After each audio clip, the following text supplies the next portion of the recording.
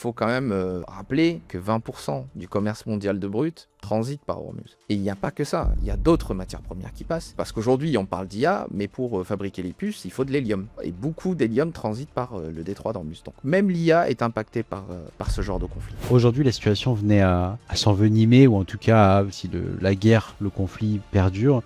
C'est assez difficile d'ailleurs d'estimer une durée pour ce conflit, puisqu'on a des sons de cloche assez différents. On a Trump qui parlait d'une guerre qui se terminerait sur le champ il y a quelques jours, puis finalement aujourd'hui, ça pourrait durer aussi longtemps que possible, encore une fois, selon les déclarations de ce dernier. Ce qu'il faut comprendre un petit peu, c'est qu'il y a 3 étages de risque. Le premier, c'est un peu la tension qui est gérable, c'est-à-dire qu'on a un pétrole élevé, des marchés un peu nerveux. Un deuxième étage, et qui lui est important, c'est la vraie dégradation macro. Une inflation énergétique qui redevient visible. Puis il y a le troisième étage, et qui lui est vraiment le plus important, c'est l'escalade complètement majeure, c'est-à-dire qu'on a une fermeture prolongée du détroit d'Ormuz. Ce stade-là, on n'y est pas encore. Aujourd'hui, on est sur le deuxième étage. Petite pause avant de continuer. Si tu t'intéresses à la finance, à la macro et à l'investissement, tu l'as sûrement déjà vécu. Un énorme amas d'informations, des avis contradictoires partout, et au final, plus de bruit que de clarté. Fineco est net ce constat. Notre vision est simple. Remettre de la structure et du sens dans la compréhension des marchés. Concrètement, on vulgarise la finance de marché, l'économie et l'investissement avec une méthode claire. Trier l'information utile, l'expliquer simplement et fournir des grilles de lecture pour raisonner comme un investisseur. On propose des contenus gratuits pour suivre l'actualité et les grandes tendances sur Twitter et LinkedIn, mais aussi des offres payantes avec des thèses d'investissement accessibles via notre Substack et Club Fineco pour celles et ceux qui veulent aller plus loin dans leur réflexion. Si tu veux découvrir notre approche, tout est disponible sur notre site internet fineco.fr. Allez, on reprend l'épisode. Bonjour à toutes et à tous et bienvenue dans ce nouvel épisode de Whatever It Takes. Aujourd'hui, on a pris un peu plus de temps afin d'observer la situation et de vous fournir un petit peu le meilleur condensé de tout ce que l'on a pu remarquer par rapport à ce conflit que l'on a aujourd'hui entre l'Iran, les États-Unis et Israël.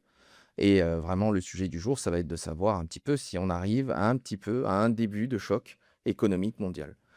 Pour ce faire, je vais toujours être accompagné de mon acolyte de toujours, Yann Mank, analyste chez Chroma Trading. Hello Yann. Hello Omar, bonjour à tous les auditeurs également. J'en profite pour remercier tout le monde de nous suivre, de nous écouter aujourd'hui et de nous suivre sur toutes les plateformes. Bien entendu, petit rappel, n'oubliez pas d'activer la petite cloche des notifications pour ne rien manquer de la suite. Et bien entendu, de suivre le compte Fineco sur Twitter si jamais ce n'est pas déjà fait. Si tu me permets, je vais introduire le sujet aujourd'hui. Donc on va bien entendu parler de ce qui se passe en Iran. Tu l'as bien souligné, hein, on attend d'avoir un peu plus de recul sur la situation. Aujourd'hui, bon, je pense que le détroit d'Ormuz est quelque chose de bien au centre de tous les débats. Donc on parle d'une perturbation du détroit, ce qui a propulsé le prix du baril de pétrole au-dessus des 100 dollars. Généralement, c'est jamais très bon pour les marchés financiers, pour l'économie globale, hein, d'ailleurs, pour l'économie mondiale, en français correct. Donc la question, c'est est-ce qu'on serait au début d'un choc économique mondial, ou simplement est-ce qu'on est sur un épisode géopolitique classique qui va passer? Est-ce qu'on est juste sur une petite perturbation temporaire, ou on peut parler d'un risque de choc économique mondial? Bah écoute, là aujourd'hui, c'est un peu difficile de dire qu'on est sur un simple bruit géopolitique que l'on peut ignorer, hein. Quand on a un baril, tu l'as très bien dit, quand on a un baril qui commence à dépasser les 100 dollars, je reste toujours focus sur le baril WTI, hein, donc le baril américain. Et que de l'autre côté, on voit un détroit d'Ormuz qui est vraiment perturbé. Là, on touche quand même quelque chose d'assez profond. Je vais faire un comparatif qui est très important et de toute façon, on va en parler par la suite, hein, mais globalement, lors des chocs pétroliers, quand on a eu, justement la guerre du Yom Kippour qui derrière a provoqué le 1er choc pétrolier et puis, en 79 le second, généralement, ce qui avait été touché, c'était surtout entre 8 et 10 du trafic mondial de pétrole. D'accord? Donc aujourd'hui, on est à 20 et c'est un petit peu ce que tout le monde a Exact. compris, avec le détroit d'Ormuz. Donc quand on arrive, sur un tel événement, ce qui se passe, on a le Brent et le WTI qui commencent à grimper au-dessus des 100 dollars. Ce que l'on remarque aussi également, et c'est pour ça que je trouve que c'est un indicateur très important, c'est un petit peu ce qui se passe sur le dollar. C'est-à-dire qu'aujourd'hui, le dollar s'est renforcé très fortement Tout et à il s'est fait. renforcé pour 2 raisons. La première raison, c'est qu'on commence à avoir des anticipations d'inflation qui sont plus importantes. Et puis du coup, on réduit véritablement, en tout cas drastiquement, les anticipations de baisse de taux de la Fed, qui devait commencer, ou en tout cas qui devait continuer son cycle de baisse de taux. Donc finalement, aujourd'hui, ce qu'on remarque, et c'est pour ça que c'est difficile de dire que c'est un peu un épisode géopolitique classique, c'est de se dire que aujourd'hui, c'est plus un événement militaire, mais c'est aussi un vrai risque macroéconomique. D'accord. Et l'exemple type que l'on peut voir, et c'est très important, c'est-à-dire que la vraie anecdote, hein, c'est-à-dire que d'habitude, quand on a une guerre, un conflit, les premiers qui sont inquiets généralement, c'est les diplomates. D'accord. Aujourd'hui, quand on voit qui sont les personnes les plus inquiètes, on remarque que ce sont surtout des banquiers centraux, des transporteurs, des industriels, des ménages. Donc il faut quand même rappeler, encore une fois, que 20% du commerce mondial de brut transite par Hormuz. D'accord. Donc, et il n'y a pas que ça, il y a d'autres matières premières qui passent. L'un des exemples les plus parlants et qui est très important, mais que beaucoup de gens oublient, parce qu'aujourd'hui on parle d'IA, mais pour fabriquer les puces, il faut de l'hélium. D'accord. Et beaucoup d'hélium transite par le détroit d'Ormuz. Donc même l'IA est impactée par ce genre de conflit.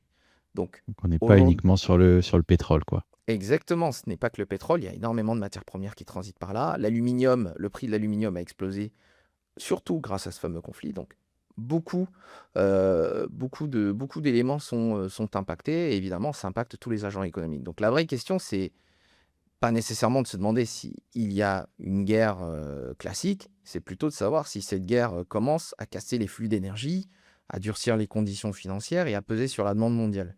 Donc, aujourd'hui, et la vraie stat que l'on voit aujourd'hui et qui reflète tout ça est sur Polymarket, c'est-à-dire que les gens anticipent une récession à 36% cette année.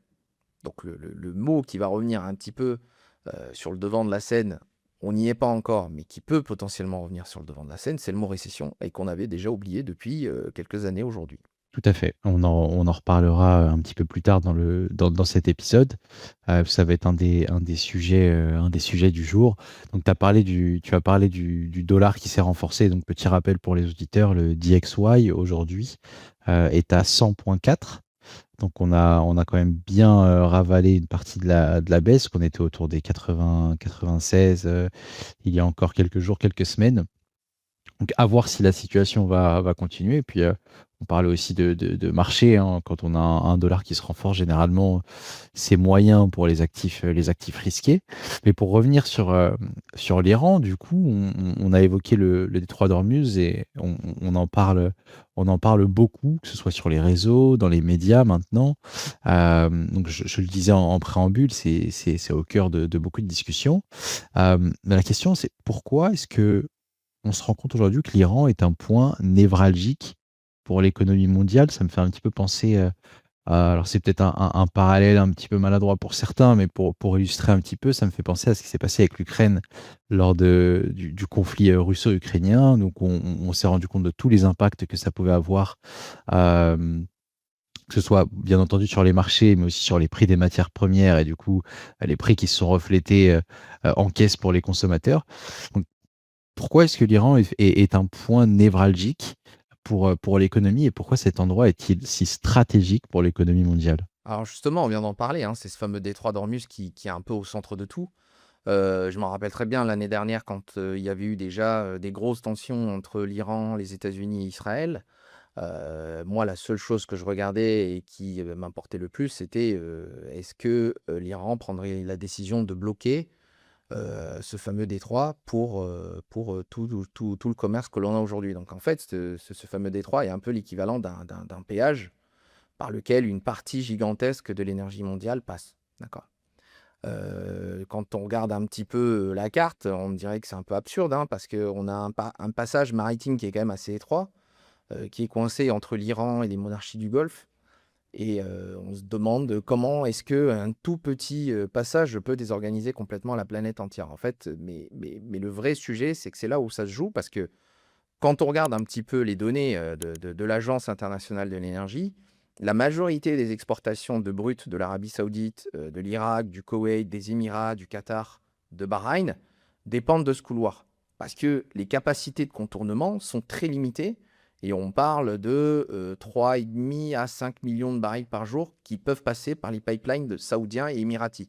Donc, C'est globalement, quand on arrête ce qui se passe sur ce détroit, les anticipations de transfert physique vont commencer véritablement à changer drastiquement. Et moi, ce qui me frappe, moi, dans toute cette histoire-là, c'est un petit peu le regard que l'Europe a sur ce sujet, en se disant que l'Asie est la plus exposée. Et ils ont raison, parce que 80% un petit peu de ce transit-là expose l'Asie. D'accord. Mais c'est vrai sur les flux directs, hein, et on le voit, la Chine et l'Inde absorbent une grande partie du brut qui passe par Hormuz, Notamment la Chine, oui, tout à fait. exactement, mais le pétrole reste un marché mondial. Parce que même si un baril n'arrive pas physiquement donc au port que l'on connaît le plus en Europe, hein, c'est-à-dire Marseille ou Rotterdam, son prix va se diffuser partout. Et c'est un fait, parce que c'est vraiment c'est vraiment le sujet physique qui va être le plus important. Donc, c'est pas nécessairement une histoire d'approvisionnement, c'est vraiment une histoire de prix mondiaux, c'est une histoire aussi de fret, d'assurance maritime, et beaucoup en parlent aujourd'hui. C'est aussi, encore une fois, hein, des histoires de coûts industriels. Et puis, au final, et c'est pour ça que c'est un sujet macro, c'est un sujet d'inflation importée, quoi. Donc, c'est clairement le véritable sujet. Il y a une anecdote très parlante, on en parle du coup depuis ce week-end, c'est Kharg Island, d'accord? C'est un peu le gros hub d'exportation iranien. Et à lui seul, d'accord, ce fameux hub-là, concentre 90% des exportations de brut iranien. D'accord? Donc, globalement, toutes les exportations quasiment qui vont vers la Chine. Donc, quand ce type d'infrastructure rentre vraiment dans l'équation militaire que l'on a aujourd'hui, dans ce fameux conflit-là, le marché comprend que le sujet n'est plus du tout théorique et que globalement, vraiment, tous les échanges qu'il y a sur le marché du pétrole est impacté. Donc, la question n'est plus de savoir si l'offre est uniquement perturbée, la question, c'est plutôt de savoir quelle partie de l'offre va sauter, pendant combien de temps et avec quel effet par la suite. Donc, c'est tout ce qui fait que l'Iran aujourd'hui est un acteur très prenant et très important du marché du pétrole. Alors, en parlant d'effets, justement, alors tu as évoqué hein, le grand méchant loup, quoi, la récession.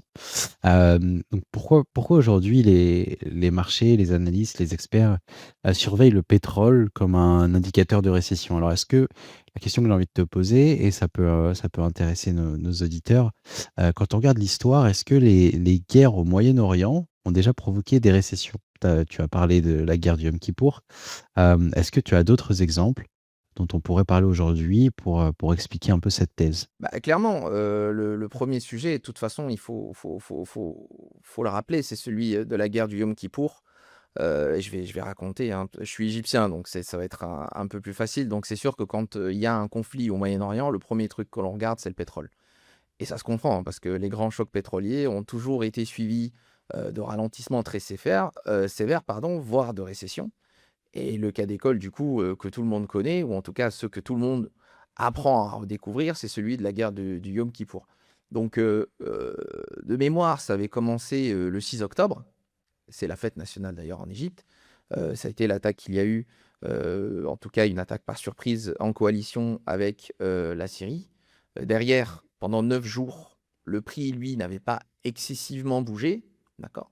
Mais ce qui a véritablement fait que les choses ont été très problématiques, c'était que derrière, bah, les, euh, les, les, les- les pays producteurs ont décidé de tripler les prix. Et là, à ce moment-là, évidemment, les prix ont explosé à la hausse et on a connu bah, du coup une phase de ralentissement économique très importante et une récession même très très très dure. Sur les marchés, ce qui s'est passé, c'est que de mémoire, je crois que le S&P 500 derrière a fait moins 40% pendant plusieurs mois. Donc c'est quelque chose à ne pas nécessairement négliger, quoi. Donc ensuite, il y a aussi un autre conflit qui a provoqué, enfin pas nécessairement un conflit, mais un épisode de l'histoire qui a provoqué le second choc pétrolier, ça a été évidemment en 79, ça a été la révolution iranienne. D'accord. De l'autre côté, on a aussi eu dans les années 90, début des années 90, on a eu l'invasion du Koweït. Faut pas l'oublier, même si c'est un épisode que beaucoup oublient. Et quand on remet un petit peu en perspective, il y a des études qui le montrent, hein, mais quand on remet un petit peu en perspective les grands chocs de l'offre dans l'histoire du pétrole, on prend les épisodes 73, 79, 90, on a toujours eu une hausse majeure du pétrole. et des réponses politiques d'urgence. Tout le temps. Tout le temps. Donc, c'est pas un hasard si le lien entre choc pétrolier et récession américaine revient toujours. Donc, en 2022, c'était arrivé sur la table. À un moment donné, on se disait qu'en 2022-2023, on connaîtrait une récession aux États-Unis. Finalement, on l'a évité pour les raisons que l'on connaît désormais, c'est-à-dire que Janet Yellen a réussi à faire en sorte d'abreuver le marché de liquidités. Il y avait 2500 milliards de dollars de cash qui étaient sur le côté, sur le marché reverse repo. Elle a réussi à faire en sorte que cet argent-là ressorte de ce fameux compte. Et derrière, évidemment, ça a été des financements de la dette massifs qui sont arrivés, des créations d'emplois dans le public, des investissements dans les infrastructures, etc. Et donc, on a évité la récession aux États-Unis de cette sorte. Aujourd'hui, on n'a plus du tout ça. Donc, c'est pour ça qu'aujourd'hui, on est en train de se dire, est-ce que potentiellement, la récession est en train d'arriver?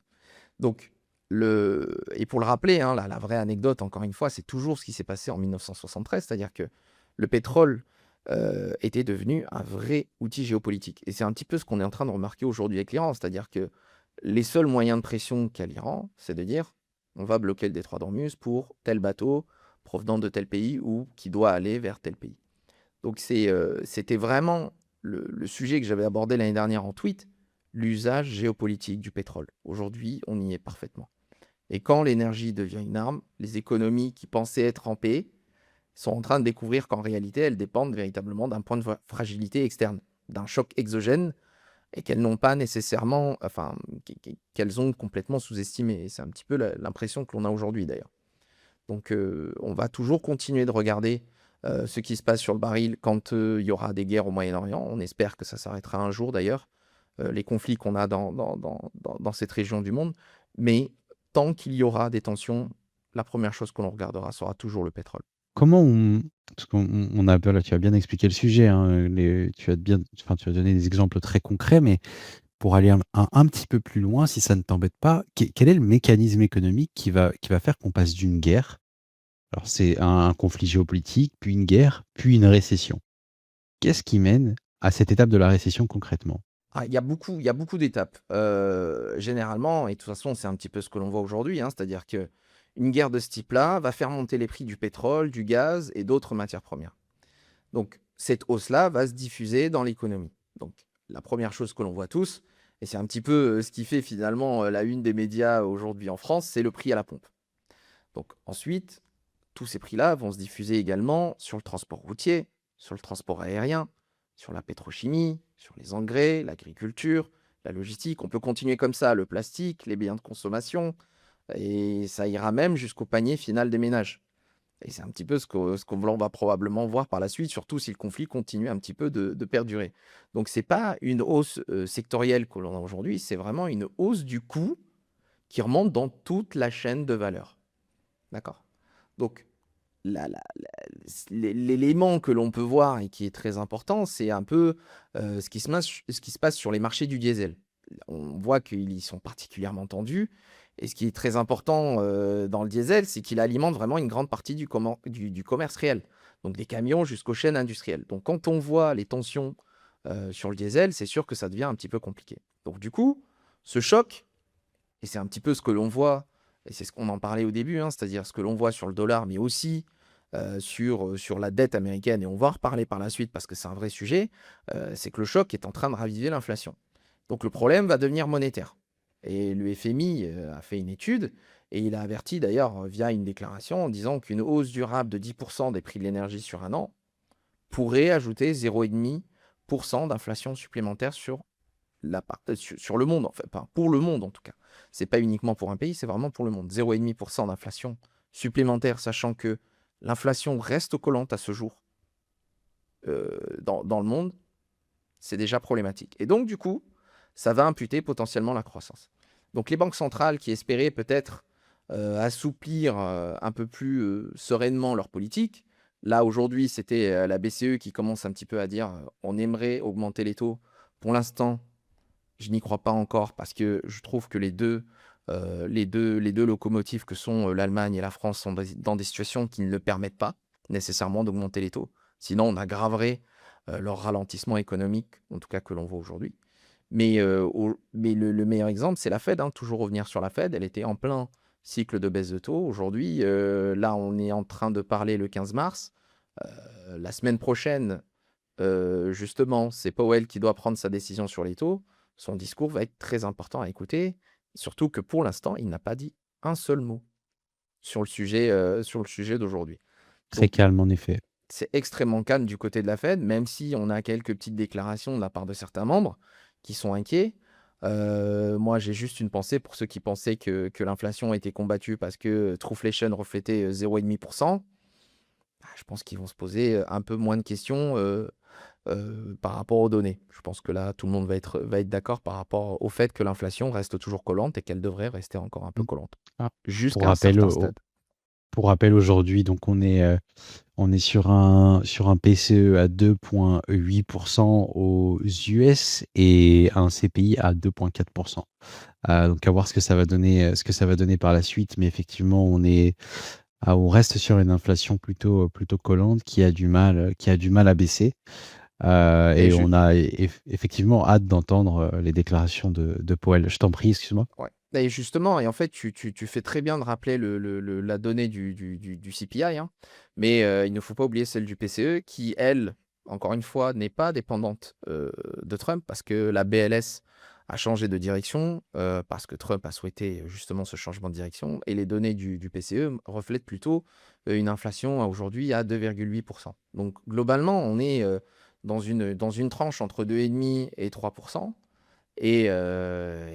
Bien évidemment, ce que l'on voit aujourd'hui sur le marché du pétrole et même sur l'énergie et les matières premières n'est pas censé arranger les choses par la suite. Après, pour continuer un peu ma démonstration, il y a aussi un autre effet qui est très important, c'est l'effet un petit peu psychologique et financier. C'est-à-dire que les entreprises vont voir du coup que leur coût va grimper, les ménages vont voir leur budget énergie commencer à rogner leur pouvoir d'achat qui était déjà très entamé, les assureurs vont augmenter les primes, le fret va exploser, les acteurs financiers vont devenir de plus en plus prudents.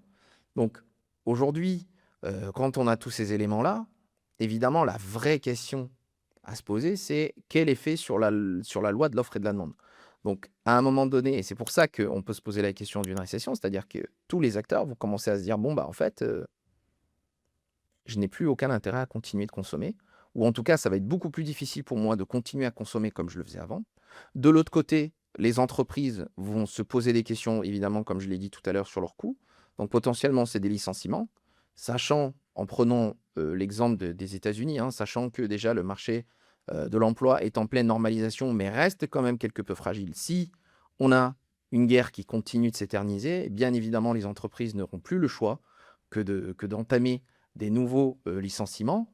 L'exemple le plus typique, on le voit aujourd'hui, même si c'est différent, c'est celui de Meta, hein, qui souhaite supprimer 20% de ses effectifs. Donc globalement, si on a ce mouvement-là qui se met en place, moins de demandes, avec une offre qui reste quelque peu inchangée. Donc cela aura un impact sur l'économie mondiale et on verra un ralentissement économique. Et encore une fois, dans un cas où les choses vont plus loin et perdurent, en tout cas par rapport à ce conflit-là, bien évidemment, le mot récession reviendra très fortement en 2026. Donc on va surveiller ça de très près, bien évidemment, parce que ce sera encore un nouvel épisode à tanker pour les marchés financiers. Tu as évoqué donc tu as donné pas mal d'exemples bien concrets. Donc la petite question pour toi, est-ce qu'on est sur une situation qui est similaire au conflit qu'on a pu avoir par le passé et à leurs répercussions, donc sur l'économie mondiale, ou est-ce qu'on est sur une situation qui est différente Non, pour moi, par c'est une rapport à ce qui s'est situation. passé dans les années 70? Non, pour moi, c'est une situation totalement différente. Mais je vais l'expliquer pourquoi. Parce que là, encore une fois, c'est de l'histoire économique. Mais globalement, dans les années 70, on était dans une économie mondiale qui était très, très, très dépendante du pétrole à l'époque. Parce que c'était aussi un monde qui était beaucoup plus axé comment dirais-je, sur des secteurs secondaires, d'accord, voire secteur primaire. Aujourd'hui, on a une vraie tertiarisation de l'économie mondiale. Donc, on est beaucoup plus efficace énergétiquement, on est beaucoup plus tertiarisé. Et puis, de l'autre côté, les États-Unis ne sont plus seulement un gros consommateur qui est dépendant des importations. Ils sont devenus un gros producteur majeur grâce au pétrole de schiste. Donc, c'est très différent en termes de dépendance. Encore une fois, c'est une nouvelle donnée que j'ai récoltée et que je trouve très importante. C'est toujours l'Agence internationale de l'énergie qui dit que la dépendance américaine au flux du Golfe a beaucoup reculé, avec seulement 2% de la consommation américaine de liquides pétroliers qui sont liés à des importations qui transitent par Hormuz. Et la donnée date de 2024. D'accord? Donc, mais par contre, dire, et ça c'est très important aussi, il faut le rappeler, c'est pas parce que c'est complètement différent qu'il faut dire que ce qui se passe n'est pas très grave. La vraie différence, c'est que le choc se transmet peut-être un peu moins par la rareté physique d'un point de vue immédiat dans certains pays, mais elle va se transmettre beaucoup plus rapidement sur la partie finance, sur la partie fret, sur la partie assurance, sur les chaînes de valeur, encore une fois, et sur les anticipations d'inflation. Et c'est ce qui fait aussi que les prix du baril de pétrole sont devenus extrêmement volatiles. Le marché devient beaucoup plus nerveux et un peu moins résilient sur ce type d'aspect-là. Donc, quand je prends encore une étude que j'ai trouvée, hein, c'est celle de Reuters, quand Reuters explique que le Brent ou le WTI dépasse les 100 $, que les investisseurs sont en train de réduire leurs anticipations de baisse de taux et que le transport maritime va devenir de plus en plus coûteux et plus risqué, et bien du coup, on voit que, encore une fois, hein, que le canal de transmission et de transport va être immédiatement impacté. Donc, l'anecdote la plus pure, et moi qui me fait toujours sourire, parce que mine de rien, on le voit plus assez aujourd'hui, même si on le voit encore, c'est que dans les années 70, il y avait vraiment la queue aux stations-service.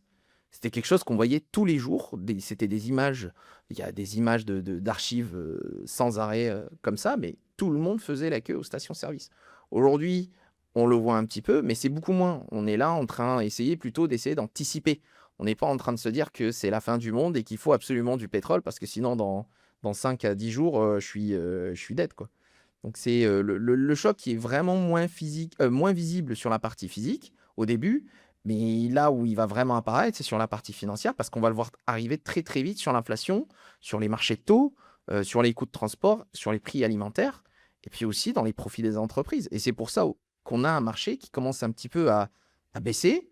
On ne dit pas chuter, parce que finalement on est à moins, on a fait moins 5% depuis le top sur le marché, sur le S&P 500, mais le visage du choc, lui, il a vraiment changé. Et c'est tout ce qui fait que la situation est bien différente par rapport à ce que l'on a pu voir dans les années 70. Et un autre sujet, parce on a parlé donc de récession, on a parlé des données inflationnistes. Il y a un autre mot qui s'est aussi, qui a beaucoup circulé sur les réseaux sociaux, le fameux S-word, qui fait peur à tout le monde et notamment aux banquiers centraux. Est-ce qu'un autre risque, plutôt que la récession, ce serait pas aussi la stagflation? Qu'on a évoqué une inflation collante, un marché de l'emploi qui reste assez fragile. Donc est-ce qu'on ne serait pas potentiellement sur ce scénario économique-là plutôt qu'une récession? Alors, clairement, quand on prend la photo à aujourd'hui, le mot le plus juste au stade, encore une fois, au 15 mars, c'est stagflation. D'accord? C'est pas récession. Et on le voit très clairement sur les données, sur les indicateurs des marchés. Est-ce que L'indicateur tu le pourrais expliquer brièvement Bien sûr. ce qu'est la stagflation pour nos auditeurs? Bien sûr, donc globalement, une croissance qui est atone, qui est faible, et de l'autre côté, une inflation qui reste toujours très importante, donc au-delà des 3,5%. Ça, c'est vraiment le pire des scénarios, et c'est l'un des pires scénarios, plutôt, on va dire, parce que pour la Fed, le vrai sujet, ça va être de savoir, est-ce qu'on relance la croissance en baissant les taux, ou est-ce qu'on combat l'inflation en augmentant les taux? Qu'on est véritablement devant un dilemme. Et aujourd'hui, on le voit, et c'est très parlant, sur les taux longs, qu'ils soient les taux longs mondiaux, hein, que ce soit sur la dette française, allemande, mais aussi sur la dette américaine. On est en train d'anticiper une inflation beaucoup plus importante, donc les taux sont en train de grimper fortement, et clairement, normalement, c'est l'étape suivante, si on va beaucoup plus loin, c'est de voir ces fameux taux longs commencer à chuter, parce qu'on va anticiper potentiellement un arrêt de la consommation, une demande qui sera beaucoup moins importante, et donc des taux qui vont commencer à chuter. C'est pour ça que j'avais mis 3 indicateurs, hein. Le premier indicateur, l'euro-dollar sous les 1,15, on y est. Le baril de pétrole au-delà des 100 $ durablement, on y est on n'en est pas loin aujourd'hui, Pas loin, mais vraiment pas loin. vraiment pas loin. On parle de quelques dollars, mais si ça perdure, ça va devenir compliqué. Et puis, il y a le troisième indicateur, c'est les taux 10 ans. Aujourd'hui, on est, je crois, à 4,3%. Si on commence à voir le truc piquer du nez, les marchés sont en train de vous signaler qu'ils voient les profits des entreprises chuter à pleine balle. Et derrière, ça pourrait devenir beaucoup plus compliqué. Donc, le vrai sujet aujourd'hui, c'est de parler de stagflation, parce que le problème d'un choc pétrolier n'est pas seulement, encore une fois, comme je l'ai dit, le ralentissement de la croissance. C'est le fait qu'en fait, on ralentit la croissance tout en relançant l'inflation. Donc, cette combinaison-là, comme je vous l'ai dit, c'est vraiment tout le problème, parce que c'est ce que les banques centrales détestent et c'est ce que les marchés détestent, car on n'a plus aucune visibilité sur la partie macroéconomique. On ne sait pas ce qui va se passer. Donc, aujourd'hui, l'exemple le plus concret un petit peu pour tout le monde, c'est vraiment le plein d'essence. Si ton carburant, ton chauffage, tes billets d'avion, tes coûts de livraison, ton alimentation vont monter en même temps, mais que ton salaire ne suit pas, tu vas devoir arbitrer. Donc, tu vas consommer un peu moins ailleurs. À l'échelle d'un ménage, on va commencer un petit peu à faire attention. Et à l'échelle d'une économie, ça s'appelle, comme je vous l'ai dit tout à l'heure, une destruction de la demande. Si cette pression persiste, le ralentissement va commencer à devenir visible dans la croissance, dans l'emploi et dans les résultats d'entreprise. C'est tout ce que je vous ai dit encore il y a quelques minutes. Donc, c'est difficile à ce stade de parler de récession parce que les prix vont toujours rester encore élevés. Mais par contre, si on parle de plusieurs mois de durée pour ce conflit-là, les prix, eux, ne vont pas nécessairement rester très élevés pendant longtemps. Au contraire, on va avoir des entreprises qui vont voir cette destruction de la demande et donc réajuster tout cela. Et cela se reflètera par les prix. Et donc, nécessairement, on aura véritablement une récession qui va s'afficher. Donc, aujourd'hui, le scénario un petit peu, on va dire, le plus crédible, c'est pas une récession immédiate brutale. D'accord?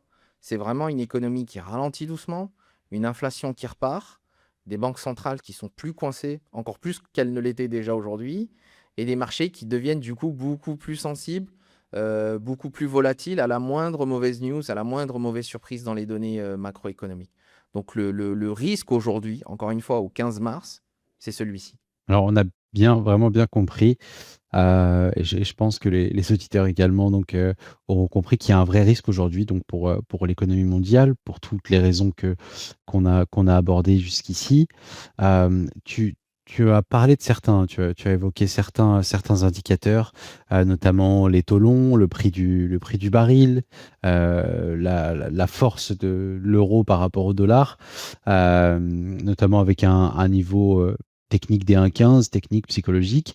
Donc si aujourd'hui la situation venait à s'envenimer, ou en tout cas si la guerre, le conflit perdure, c'est assez difficile d'ailleurs d'estimer une durée pour ce conflit, puisqu'on a des sons de cloche assez différents. On a Trump qui parlait d'une guerre qui se terminerait sur le champ il y a quelques jours, puis finalement aujourd'hui ça pourrait durer aussi longtemps que possible, encore une fois, selon les déclarations de ce dernier.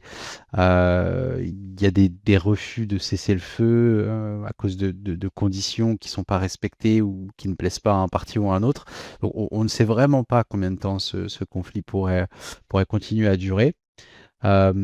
En revanche, est-ce qu'il y aurait d'autres indicateurs que nos auditeurs devraient être amenés à surveiller sur les prochaines semaines si malheureusement le conflit s'enlise et perdure dans le temps, d'indicateurs qui permettent d'estimer la dangerosité pour l'économie mondiale? Bah, comme je vous l'ai dit, il y a les deux indicateurs les plus importants parmi les trois que je vous ai indiqués, hein, c'est-à-dire le prix du pétrole. Donc évidemment, si le prix du baril reste Number toujours one, hein. Exactement, reste toujours au-delà des 100 dollars. À un moment donné, on va commencer à se poser des questions sur la demande, et c'est très problématique. Le deuxième indicateur, on en parlait tout à l'heure, c'est les anticipations taux.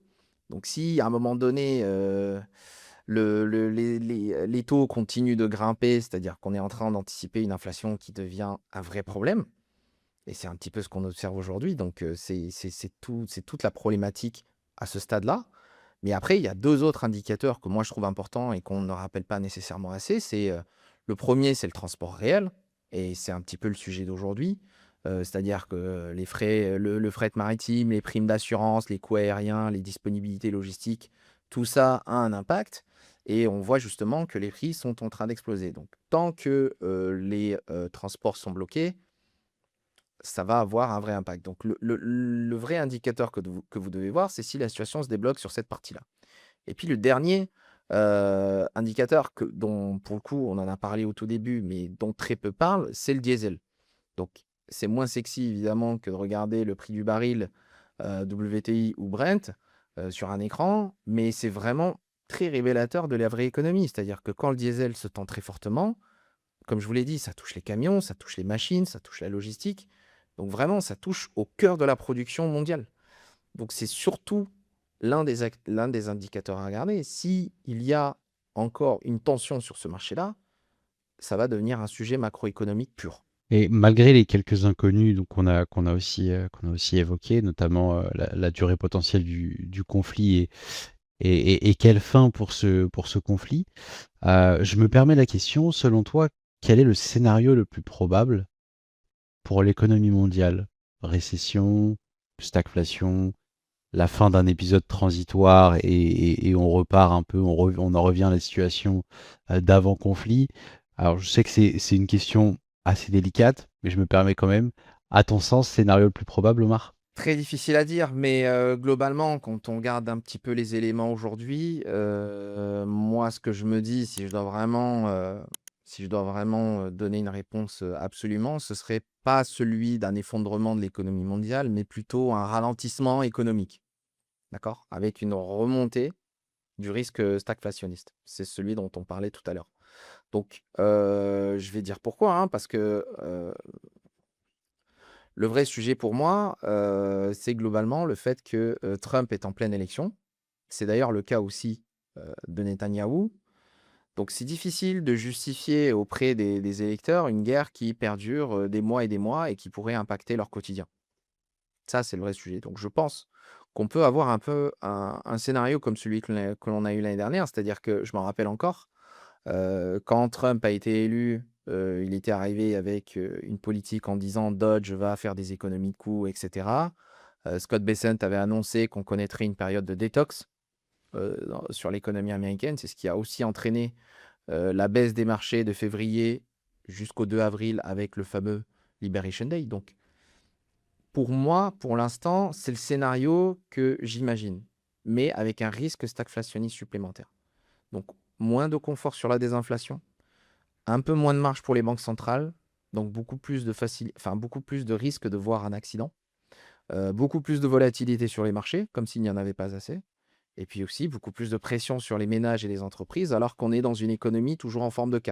C'est-à-dire des ménages très aisés qui sont dans une bonne situation et qui profitent clairement de ce qui se passe aujourd'hui, et puis l'Amérique d'en bas, ou en tout cas le peuple qui, lui, souffre et continue de souffrir sur la partie consommation. Donc, tant que la perturbation va durer, heu, c'est difficile de défendre, en tout cas quand on est analyste, c'est difficile de défendre l'idée qu'on est dans un choc qui sera temporaire, vraiment. Et là, on parle de quelques jours encore.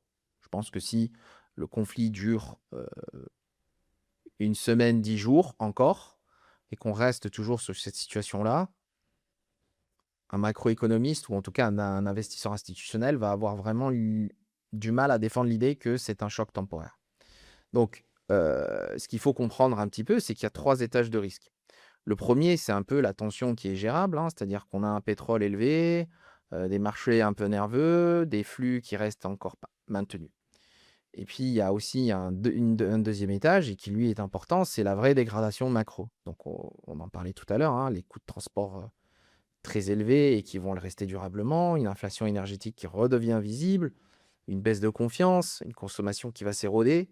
Et puis, il y a le troisième étage, et qui lui est vraiment le plus important, c'est l'escalade complètement majeure, c'est-à-dire qu'on a une fermeture prolongée, ou en tout cas un blocage plutôt prolongé du détroit d'Ormuz, une perte d'offres qui devient de plus en plus large. Et là, clairement, ce stade-là, on n'y est pas encore, mais c'est le risque, encore une fois, de récession mondiale qui monte très franchement. Aujourd'hui, on est sur le deuxième étage. D'accord. Donc c'est ce qui est en train un petit peu de pricer le marché. Donc on le voit sur les taux longs qui grimpent, on le voit sur le dollar qui s'apprécie avec des anticipations de baisse de taux qui vont chuter, etc., etc., etc. Et c'est aussi pour ça d'ailleurs que les marchés ne chutent pas drastiquement à pleine balle. Aujourd'hui, on a des marchés qui corrigent. On en avait besoin, c'était l'occasion entre guillemets, mais les investisseurs institutionnels se disent qu'on est uniquement à cet étage de risque-là. On n'est pas au troisième. Quand on arrivera au troisième, et c'est là où vraiment c'est ce qui va devenir très problématique, c'est que si on passe à ce stade-là, compte tenu de la position cash des investisseurs qui est désormais au plus faible, compte tenu des positions qui ont été prises sur des secteurs, en tout cas très porteurs comme l'IA, vraiment, si on passe au troisième étage, je pense qu'on peut avoir une chute très rapide, très violente, très volatile sur tous les actifs. Et de l'autre côté, des valeurs refuges qui, eux, vont grimper à une vitesse très importante. On a fait un article d'ailleurs aujourd'hui sur notre Substack en parlant des valeurs refuges. C'est la bonne occasion de le lire. Et bien évidemment, ces actifs-là ont fait vraiment leur job lors des crises de 2008, lors des crises justement en 2020, etc., etc. Ils ont vraiment fait leur job et c'est probablement les actifs que l'on va regarder pour toutes les raisons qui ont été abordées lors des années précédentes quand on les a utilisés. Donc, vraiment, si je dois résumer un petit peu mon sentiment, quand on regarde encore une fois au 15 mars, c'est pas le scénario le plus tranquille, d'accord? Mais c'est pas le scénario le plus catastrophique encore aujourd'hui. La question, On n'y est pas encore. on n'y est pas encore, mais le vrai facteur à regarder, c'est le temps.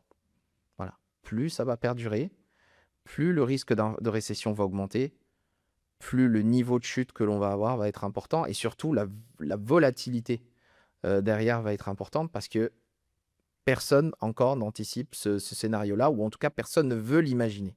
Et c'est là où la psychologie de marché est en train d'agir. Quelle échelle de temps, alors tu en as parlé également, mais quelle échelle de temps pour être très concret et pour en terminer avec cette question-là, représente un vrai danger? Donc est-ce qu'on parle de simplement quelques jours, quelques semaines, peut-être un mois et au-delà? À partir de combien de temps on peut se dire là ça commence à vraiment poser problème? Bah, pour moi, quand on regarde un petit peu la consommation mondiale de pétrole, quand on regarde un petit peu aussi les différentes mesures qui ont été mises en place par le G7 et par les États-Unis, c'est-à-dire la libération de réserves stratégiques, globalement, moi, mon scénario de base, et c'est d'ailleurs le scénario de base de pas mal d'analystes, c'est-à-dire que si ce conflit dure plus d'un mois, ou en tout cas si la situation dure un mois ou plus, on aura des vrais impacts. Donc aujourd'hui, ça fait 2 semaines. Si, imaginons, la situation ne change pas au 1er avril, ou en tout cas les marchés anticipent le fait qu'au 1er avril, rien ne changera, vous le verrez sur vos portefeuilles. Et très rapidement, je pense. Donc vous verrez un dollar, en tout cas potentiellement, ce que l'on pourrait voir, c'est un dollar qui continue de s'apprécier. Parce que, et c'est très simple, hein, quand on prend l'euro-dollar, on était à 1,20. Quand on était à 1,20, j'avais fait un tweet en disant c'est difficile de rester focus sur l'euro parce que à un moment donné, l'économie européenne n'appréciera pas nécessairement de voir un euro partir beaucoup plus haut. Et de l'autre côté, les États-Unis ne vont pas nécessairement aussi apprécier de voir cela pour de multiples raisons. Donc, l'événement qui est arrivé a changé les choses. Bon, personnellement, je ne m'attendais pas à ce qu'une attaque arrive fin février. Mais par contre, quand j'ai vu l'ampleur de l'attaque, je m'attendais à ce que le dollar soit impacté. Donc, globalement, euh, je vois un dollar qui s'apprécierait encore plus si le conflit dure, parce que l'Europe est extrêmement touchée par ce qui se passe aujourd'hui avec un prix du baril qui explose.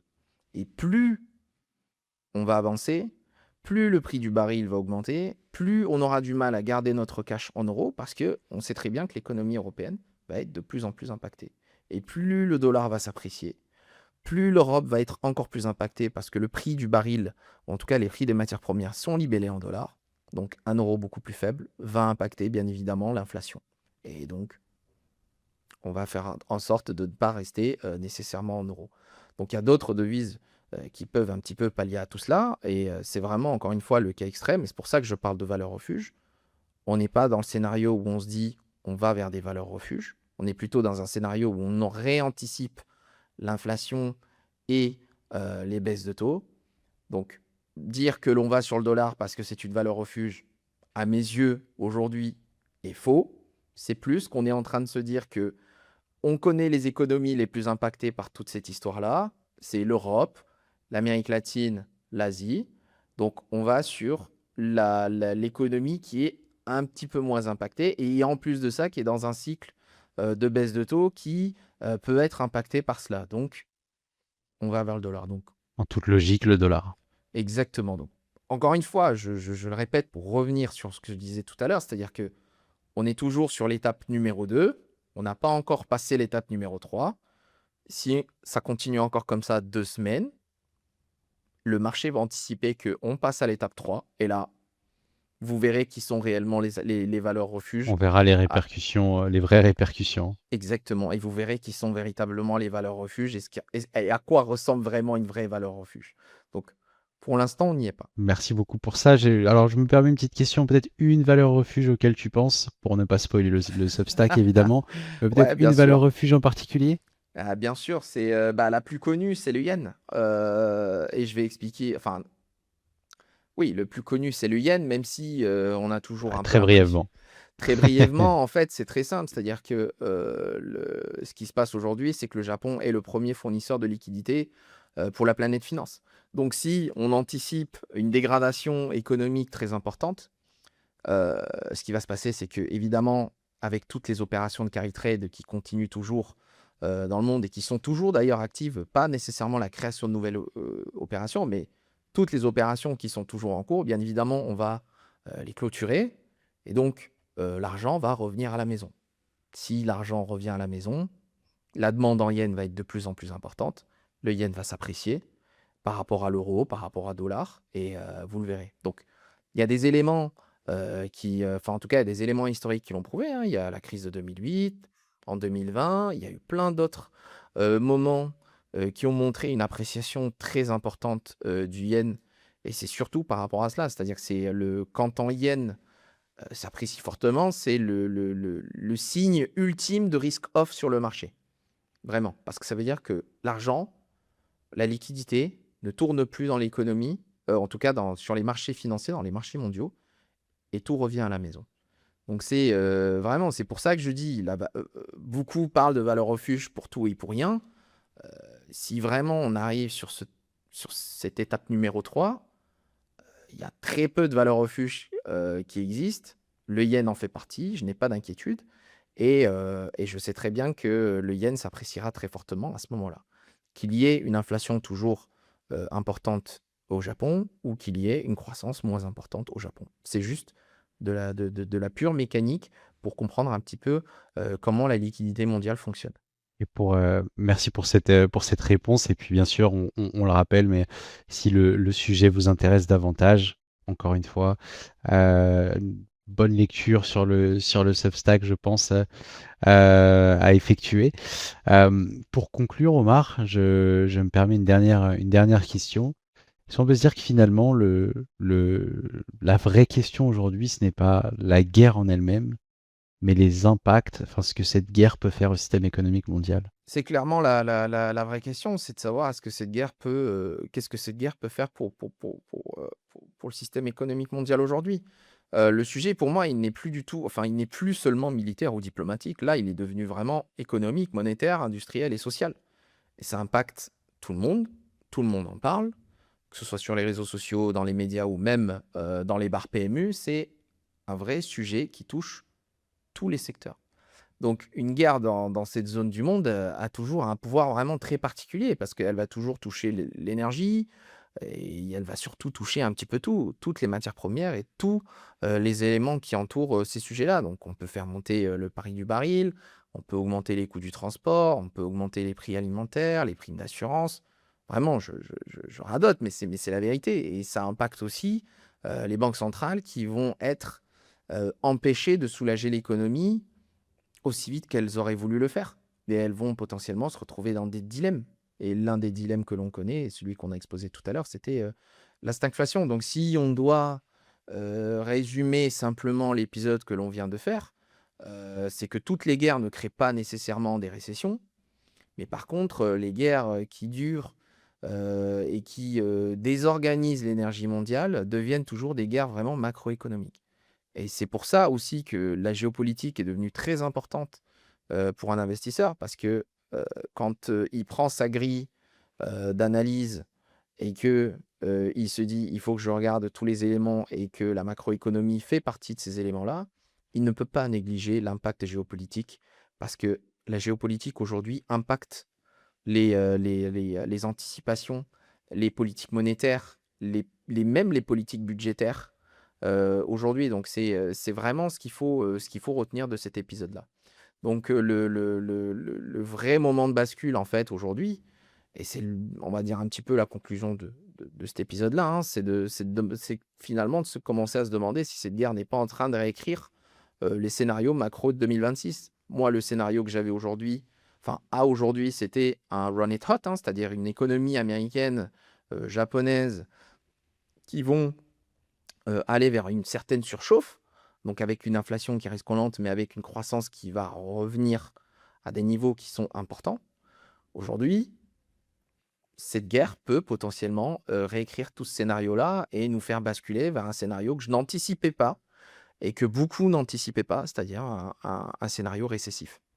On n'y est pas encore, mais c'est une vraie possibilité. En tout cas, on en avait déjà longuement parlé lors des précédents épisodes. On avait invité les auditeurs à faire leur exercice en termes de lecture géopolitique, macroéconomique. Comme tu disais, ça devient primordial pour tout investisseur aujourd'hui, surtout les investisseurs particuliers, où on en profite pour le rappeler aujourd'hui.